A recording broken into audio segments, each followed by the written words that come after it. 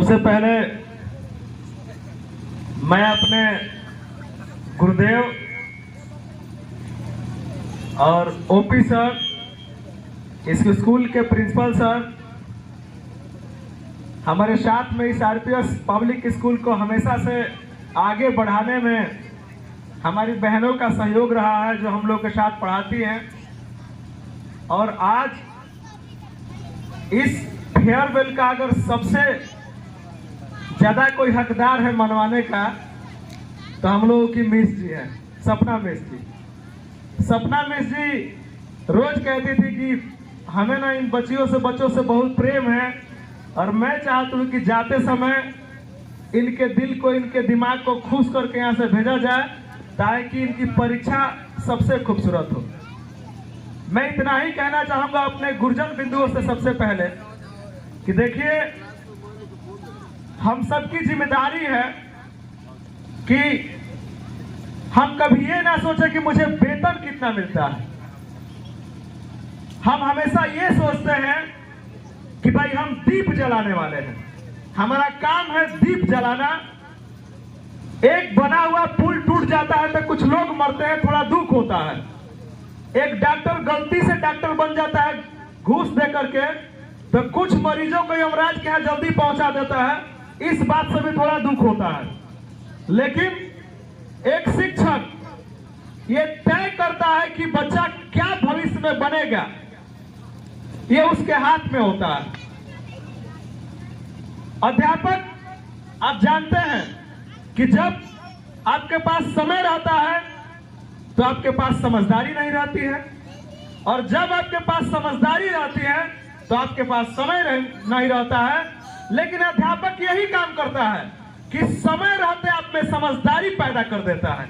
और हम लोगों ने पूरे साल में आपको पढ़ा करके समय का ख्याल रख के आपके अंदर जो समझदारी पैदा किया है, उसी का इम्तिहान लेने के लिए बोर्ड खड़ा है। पर पूरा भरोसा है अपने पर, अपने इस संस्थान पर, अपने गुरजन बिंदुओं पर, कि आप इस परीक्षा में 2025 में जो परीक्षा आयोजित हो रही है 24 फरवरी से, उस परीक्षा में आप बेहतरीन अपना प्रदर्शन करेंगे और रिजल्ट आप हमारे स्कूल को अपनी पढ़ाई पे और आपकी पढ़ाई पे, दोनों लोगों की पढ़ाई पे भरोसा है कि हमने बेहतर पढ़ाया है। याद रखिएगा, हमने जो साझा तैयार किया इस आरपीएस पब्लिक स्कूल के लिए, मैं चाहता हूं कि आगामी समय में जब आप यहां आए तो आप अपना सर हम लोग के सामने उठा कर कहें कि सर हमने ना 96% नंबर लाया है, हमने 98% नंबर लाया है।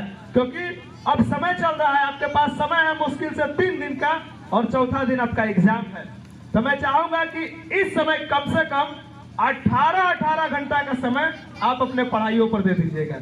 ये 18 घंटा मैं यहाँ कैलकुलेशन कर रहा था, ओपी सर के सामने बोलने में मुझे डर भी लगता है, क्योंकि जब हिंदी के टीचर के सामने बोलेंगे एक मैथ वाला, तो अजीब सा महसूस होता है कि मैं वो शब्द परोस पा रहा हूँ कि नहीं परोस पा रहा हूँ। लेकिन क्या हिंदी के अध्यापक का शानदार कैलकुलेशन रहा कि हमने 14-15 वर्षों तक मेहनत किया, कई घंटे में जोड़ने में, कई घंटे उसका रिजल्ट आएंगे।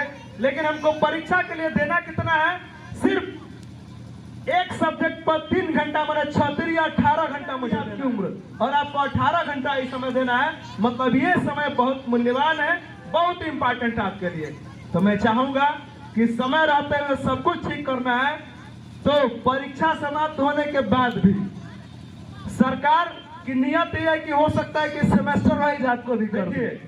ये कोई जरूरी नहीं होता है कि आप रात भर जगें, आप अपना एक शेड्यूल मेंटेन करें कि मुझे कितना देर पढ़ना है परीक्षा के समय में। परीक्षा का जो समय आप निर्धारित करिए पढ़ने के लिए, उसमें पढ़िए। नहीं तो जो समय चल रहा है वो समय मांग करता है, आप सोचते रह जाते हैं लड़के कि आज मैं जल्दी उठ के पढ़ाई करूंगा। सोचते सोचते वो समय समाप्त हो जाता है, सुबह हो जाती है, मच्छर काटते हैं तो उनको नींद खुलती है कि यार सुबह हो गया है, 6 बज गई है। फिर अगले दिन वो तय करता है कि आज की रात मैं बाव नहीं जाने दूंगा, आज की रात तो पूरी मेहनत करूंगा। लेकिन उस दिन भी उसके साथ ऐसा ही होता है। तो कोशिश रहे कि ये आपके साथ ऐसा ना हो। मैं चाहूंगा कि आज की जो हम लोग यहाँ फेयरवेल के अवसर पे आप लोगों को आज से यहाँ से हम लोग विदा करेंगे, उस विदा का इतना ही मतलब है कि आप अच्छा रिजल्ट लेके पुनः हमारे स्कूल में वापसी करेंगे। और जिस दिन आप अच्छा रिजल्ट मेरे सामने लेके आएंगे, उस दिन मैं चाहूंगा कि एक अच्छी congratulations RPS public school course से आप सबको मिले। तो मेरी आप सबके सामने साथ हार्दिक शुभकामनाएं हैं, ढेर सारी बधाइयां हैं। अपने गुरुदेव की ओर से भी, ओपी सर की ओर से भी, मंजे सर प्रिंसिपल सर की ओर से भी, हम सबकी जो सिस्टर लोग पढ़ाती हैं उनके ओर से भी, पूरे स्कूल की ओर से आप सबको ढेर सारी बधाइयां हैं कि आप बेहतर नंबर लेकर के आए और अच्छा से अपना परीक्षा दें। धन्यवाद सर।